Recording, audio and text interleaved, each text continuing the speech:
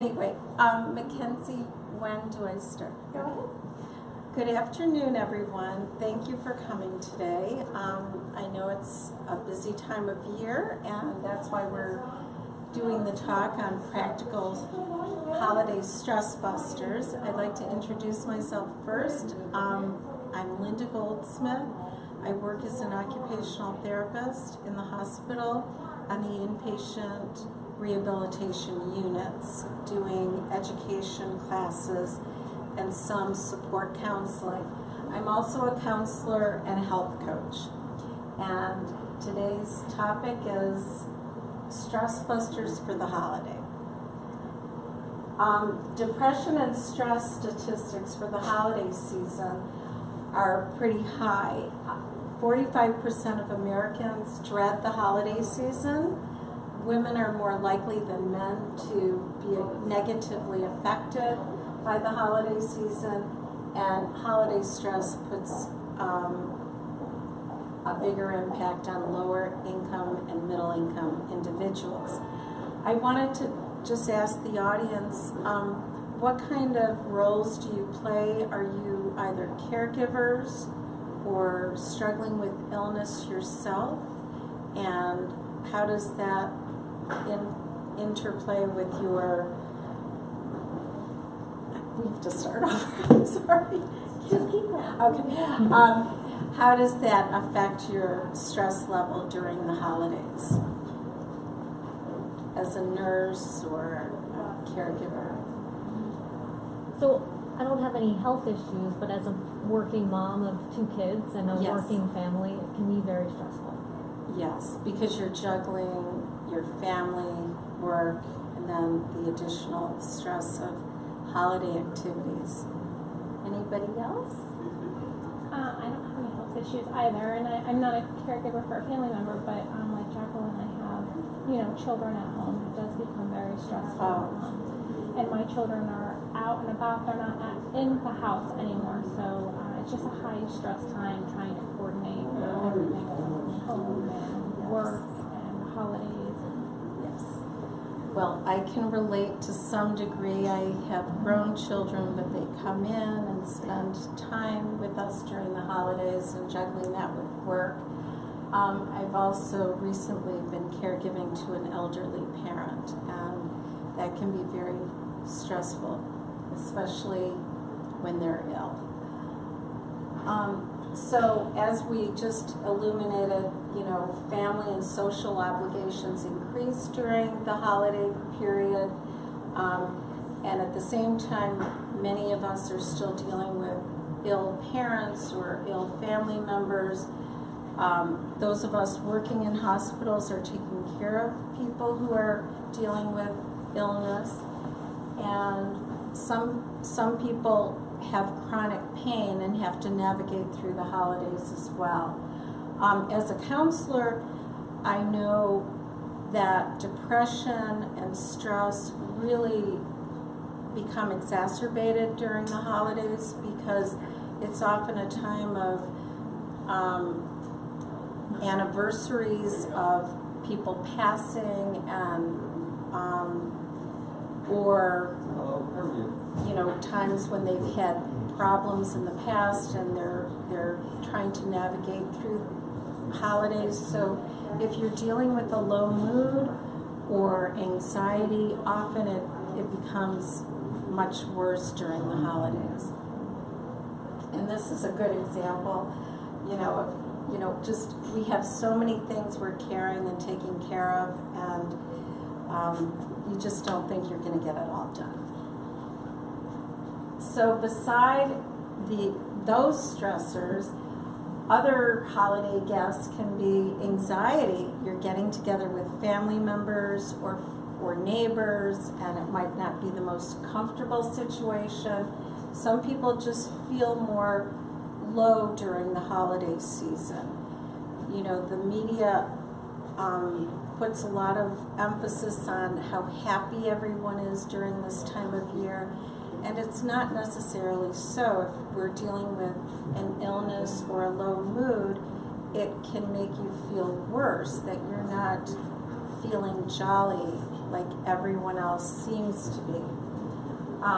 Financial burdens can add to the stress of the holidays. Insomnia, fatigue, and certainly family conflict during our holiday fun times. I want to make a point about caregivers. Caregivers never get a day off. You know, the holidays are time to have fun, but if you're caregiving either children or a sick relative or someone elderly, you don't get a day off. You need to take care of them and do everything else. Many people have expectations that we're going to have this lovely, perfect holiday where things don't go as planned, become disappointed or feel stressed as a result. One of the things that can help deal with having high expectations is understanding that our traditions are always changing. You know, some of you have maybe young children or grade school children. Well, once they go off and leave your home, all of a sudden you have an empty house, and it's a stress of a different type, and I can speak to that. Also, shorter days and less sunlight. Even here in Florida, which is hard to believe, people can be affected by seasonal affective disorder. So I asked a couple of you what your stressors are. Would anyone else like to share what they're dealing with? Well, I have a brother-in-law who passed away during this time of year, so it's just kind of sorry. Yeah. So dealing with that and during the holidays is a little tough, but that it's a different type of stressor. Yeah, well, that can really cause you to feel sad and miss them more, especially during the holiday. And I came for the education part of it, Yes. as well as, I guess, just as you were saying, with kids getting older and the dynamics changing. Yes. It's just good knowledge. Yes, and in the last year, one of my sons got married, so kind of transitioning to being a mother-in-law and incorporating different traditions and, sharing time with family can be challenging also. So how do we maintain our composure during this time of year? As I always try and encourage all my clients or patients, take good care of yourself physically. Drink lots of water, limit your alcohol, or have it in moderation. Try and eat healthy, which is hard to do because at work there's treats everywhere and there's parties to go to, and we all overindulge. Recognize what your feelings are. Like someone mentioned, losing a family member. The holidays can bring that up even more for us. And honor your feelings by talking about it or journaling or talking to a good friend. And be realistic that the holidays don't have to be just perfect, and sometimes not having the tree up or not having the best gifts for people can often be a good funny remembrance in in future times. Oops. So I like this picture because I think it's important for all of us, both during holiday times and any time of year, to kind of think in terms of these different domains that we have. How are we taking care of ourselves emotionally, physically, even spiritually, which doesn't always have to involve religion. It could be, where are your passions and what do you do to nurture them?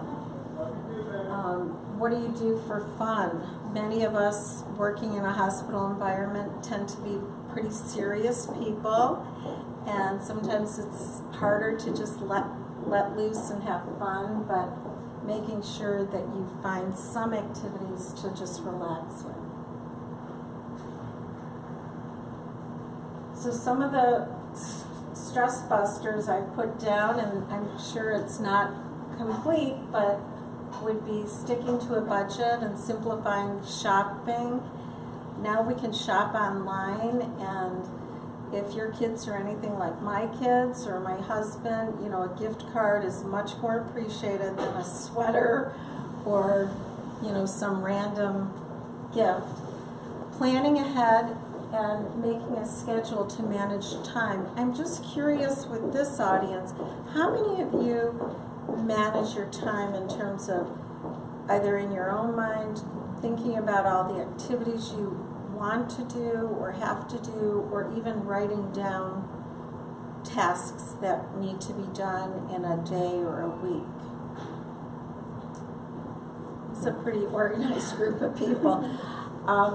It seems that typically will help you accomplish your goals, and particularly during the holiday season when we have so many extra activities to do, it helps.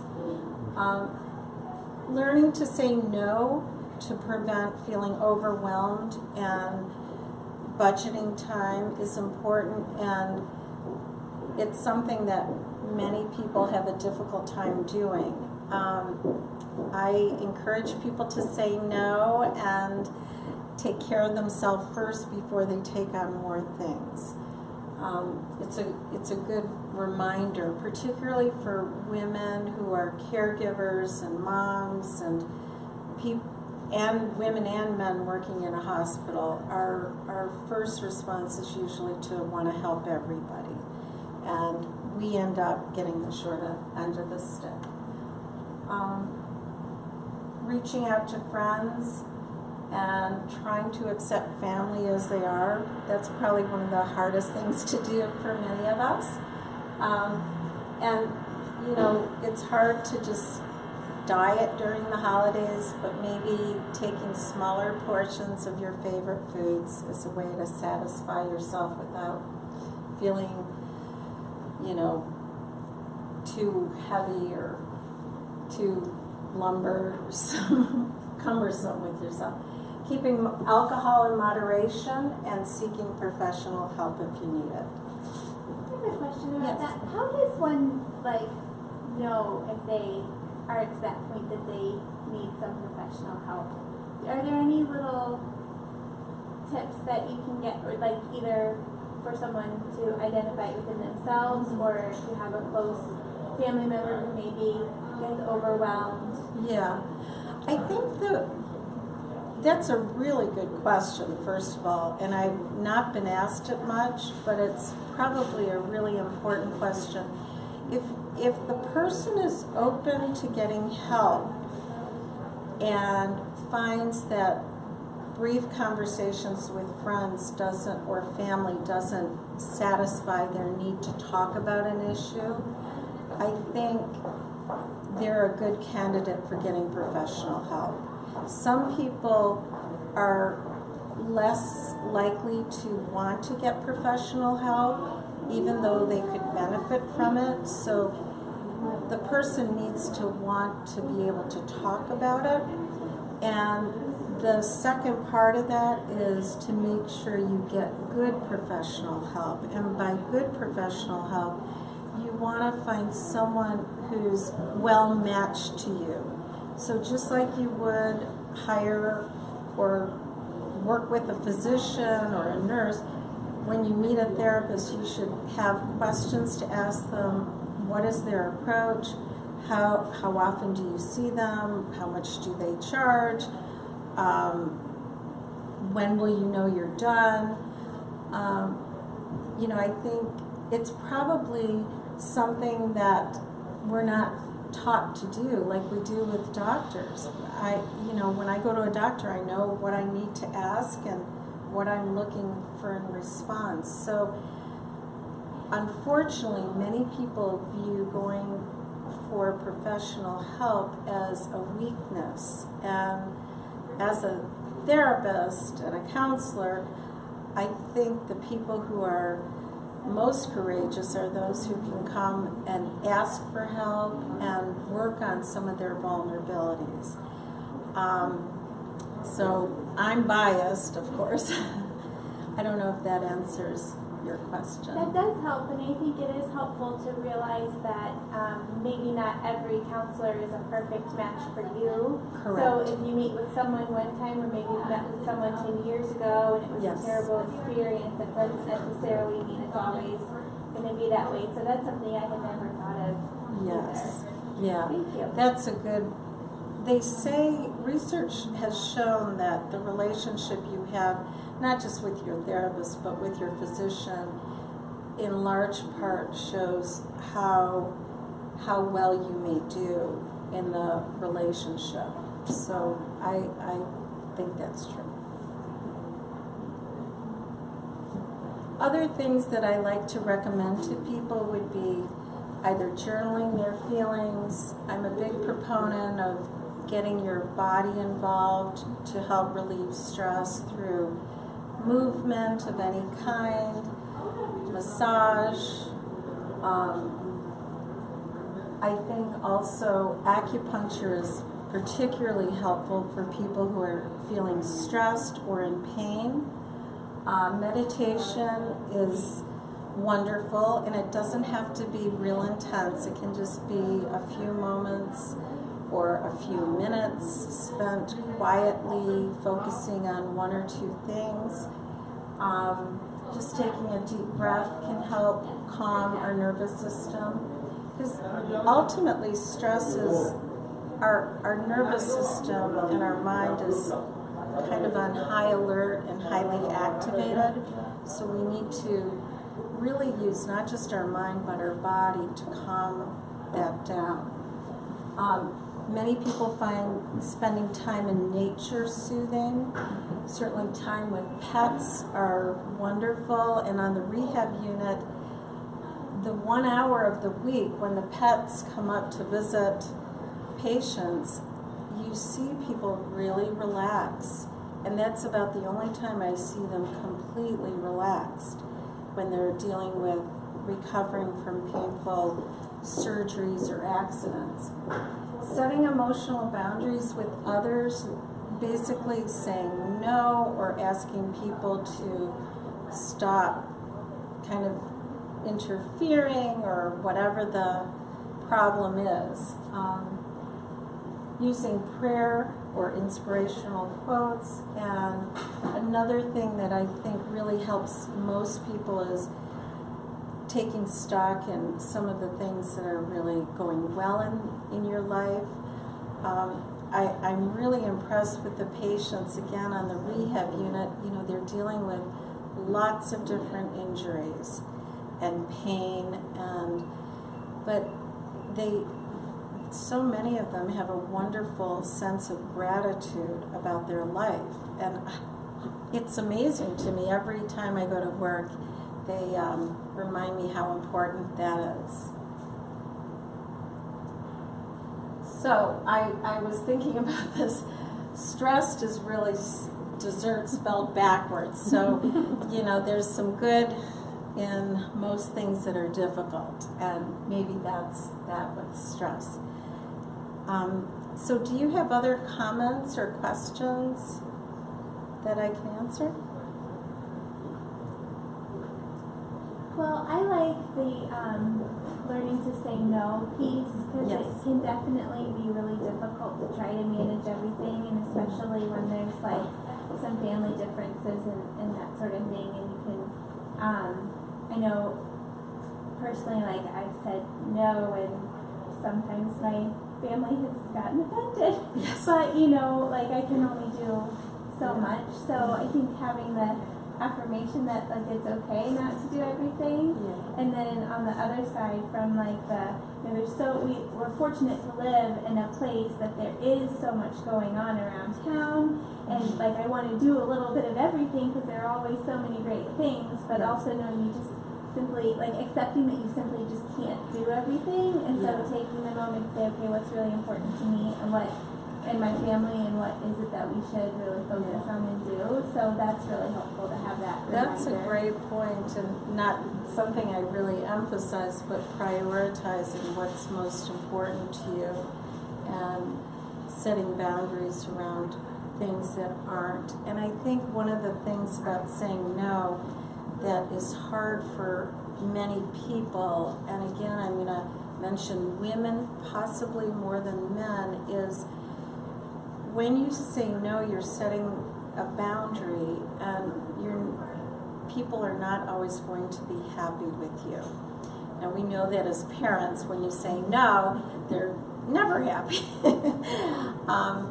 But they're your kids. But when we say no to friends or parents or colleagues, they may not be happy with us, and you need to get more comfortable that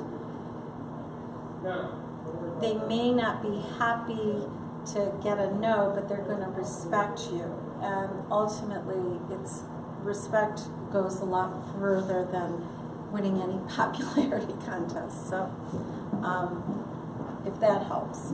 I think the two things that I think would be really helpful, one, first the budget, you said setting a budget. Yes. So I think in the season of giving, right, you want to get gifts for your kids and their teachers and your neighbors and your coworkers, and then you Yes. want to give to families in need and your church, and so it turns into this big thing that you want to give, but you might not necessarily have the finances to do that. So setting a budget, I think, is really important, being able to see what your budget is up front. And the second thing, I think, is that planning that you talked about. So keeping a schedule or writing it down, or because all of these things pop into your mind during that time of everything that you have to accomplish.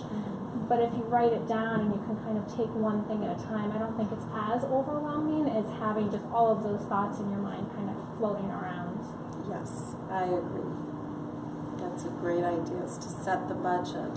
And I like your idea of listing all the different areas that you want to give to, because I'm a bit guilty of not doing that, and I'm like, oh, I forgot about this person or that person, and it can really add up. So that's a great idea. Other comments or questions? I just love this slide. I think it's so perfect. I never thought about it that way, but you can get through it. There's always something sweet at the other end. So I love that. And ultimately, you want to get through the holidays healthy yourselves, because most of you are working or taking care of people, and I like to remind people to put themselves at the very top of the list, especially moms. And I think moms tend not to do that all the time. It's in the long run, your health and well-being is so important, and your kids are watching what you're doing, and I think it shows a real good example. So, well, thank you for coming today, and I'll see you in the